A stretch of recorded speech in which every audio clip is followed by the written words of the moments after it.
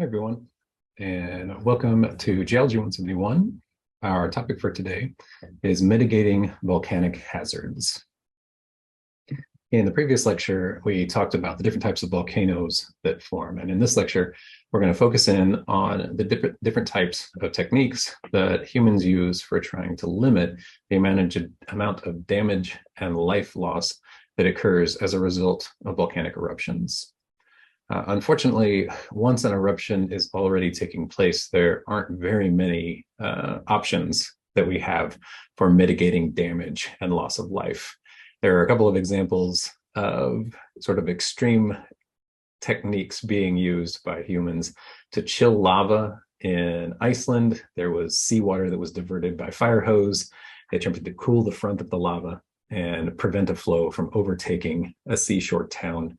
That did happen, although the amount of effect there was from the human interaction may or may not have actually been significant.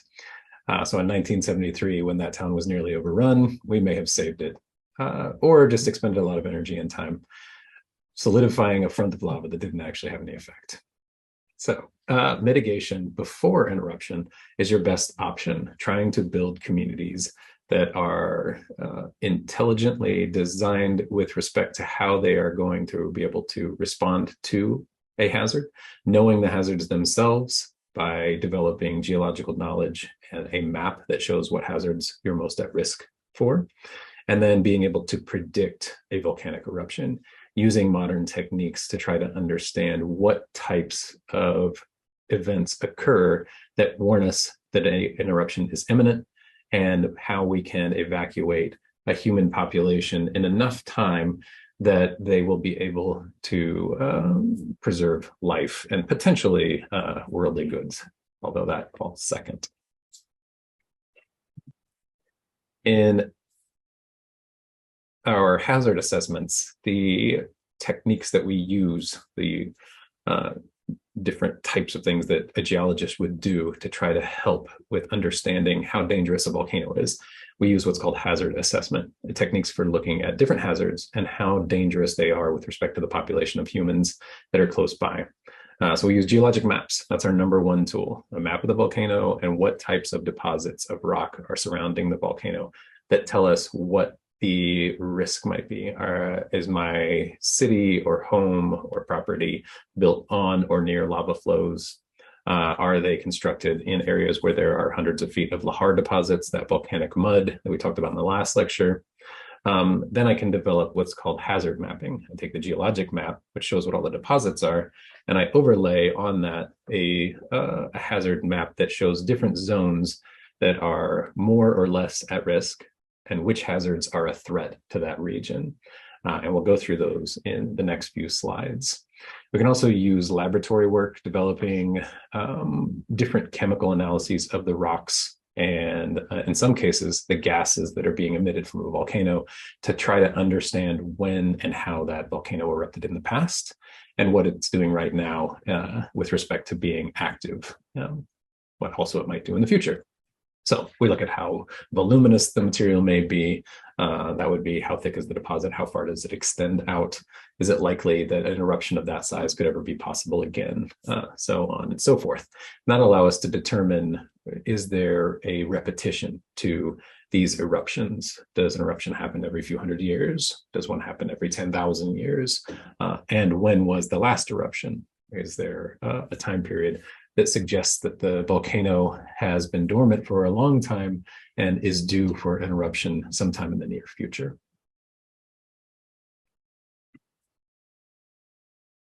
As far as trying to mitigate during eruption, like I said, this is relatively uncommon. But if you were going to do it, it would be something with respect to diverting a modern lava flow away from a developed area. This was done in Hawaii in the 1980s. You can see bulldozers here being used to push mountains of cooled lava, igneous rock, into the pathway of the lava flow to try to get it to flow away from a village that had historical importance and was currently populated. They evacuated the people, but they were trying to save their homes. And this was actually pretty brilliant. In movies, you always see people using concrete dividers like we would use on a roadway, but those dividers have a relatively low melting point compared to igneous rock. So using igneous rock to divert an igneous lava flow is actually a genius idea because it has a high melting point and makes a much better dam than concrete would. Overall, these techniques are extremely rare, and we usually let an eruption take place once it has begun, and our best technique for saving lives is evacuation. In the United States, outside of Alaska and Hawaii, which both have their own volcanic hazards, the West Coast and regions west of the Rockies are most at risk. The closer you get to the West Coast, the higher that hazard zone would be. If we looked at a map of the West Coast, you'd see that volcanoes within the Sierra Nevada range and places like Mount Baker, Mount St. Helens, Mount Hood, these are all active volcanoes. They're being fed magma by a subducting oceanic plate, the Farallon plate and the Pacific plate farther to the south. And that means that they are continually being re-fed, resourced with magma, and eruptions can take place now and into the future. If we go farther to the east, regions like Yellowstone are still volcanically active, and in the past have produced some of the largest volcanic eruptions, as was discussed in the last bit of the types of volcanoes lecture. So those types of volcanoes are fed by hotspots, places within the mantle near the core that are superheated and drive plumes of material to the surface. Those are a unique risk in that they're extremely low as far as their recurrence intervals are. It takes hundreds of thousands of years for that pressure and volcanic activity to build up to an eruption. And whereas Mount St. Helens or Mount Rainier may erupt on a century level cycle every few hundred years to 1,000 years. If we looked at Mount Rainier, then you could see that the hazards that are associated with Mount Rainier are things like lava flows, and those are mostly contained within the region around the volcano itself. Not very many people live within Mount Rainier National Park, so the likelihood of being affected by a pyroclastic flow or a lava flow in that area is low. But Tacoma is just the northwest of Mount Rainier, and if we look at the deposits that are highlighted in orange, those are lahar deposits. They indicate all the different communities that are built within rivers and river valleys that feed off of Mount Rainier and are literally built on the remnants of ancient lahar flows.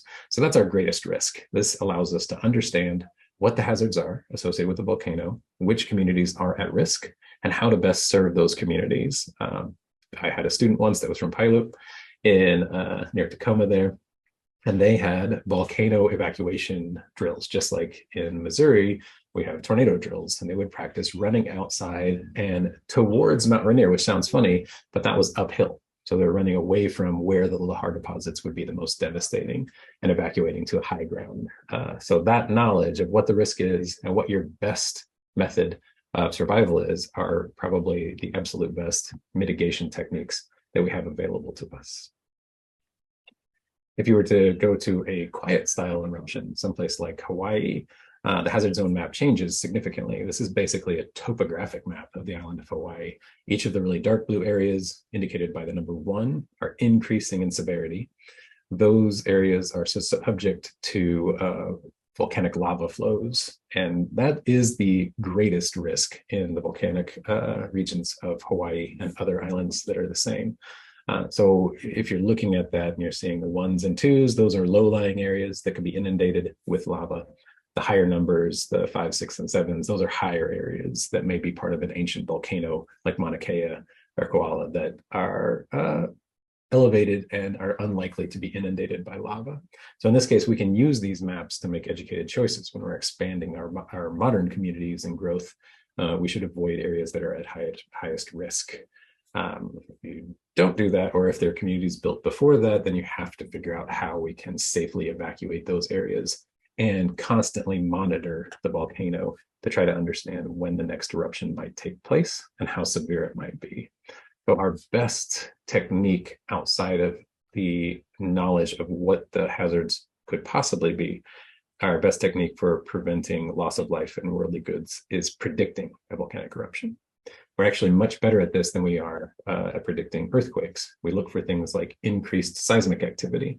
We know that volcanoes begin to shift prior to the eruption as magma is filling the chamber beneath the volcano. It breaks and fractures the rocks, and we get increases of what are called earthquake swarms, lots of little earthquakes all packed together in a very short period of time. There also can be tilting and swelling of the volcano. In the case of Mount St. Helens, the north face of the volcano bulged 300 or 400 feet away from the elevation that it previously had. And that bulge was expressing the pressure that was building underneath, so that when it destabilized and the landslide occurred, it released the pressure from underneath and we had a northward blast. So monitoring the slopes of the volcano, knowing what they look like previously, and indicating any changes in tilt or swell to those flanks of the volcano is extremely important. Then we also need to measure gases. The changing chemistry of gases can indicate when an eruption may be imminent. We look at things like sulfur dioxide and carbon dioxide to try to determine when a volcanic eruption may take place. These are a little bit harder to do. We can measure tilting and swelling using modern satellite data. Earthquake activity can be measured at great distances using seismographs. Gas emissions need to be taken in-house. So if an eruption is imminent, that means you have to be close enough to the volcano to try to get a sample of gas. Luckily, nowadays we have things like drones and remote sensors that we can put near the vent of the volcano to collect this data. All of these things are pooled together, and a geologist makes a call on when it is too dangerous for people to stay in the area, and then they would call for an evacuation, thus preventing the most significant loss of life. Volcanic prediction is actually pretty good. We are in the modern world able to call for evacuations in time to save individuals' lives. That's it, and I will see you next week.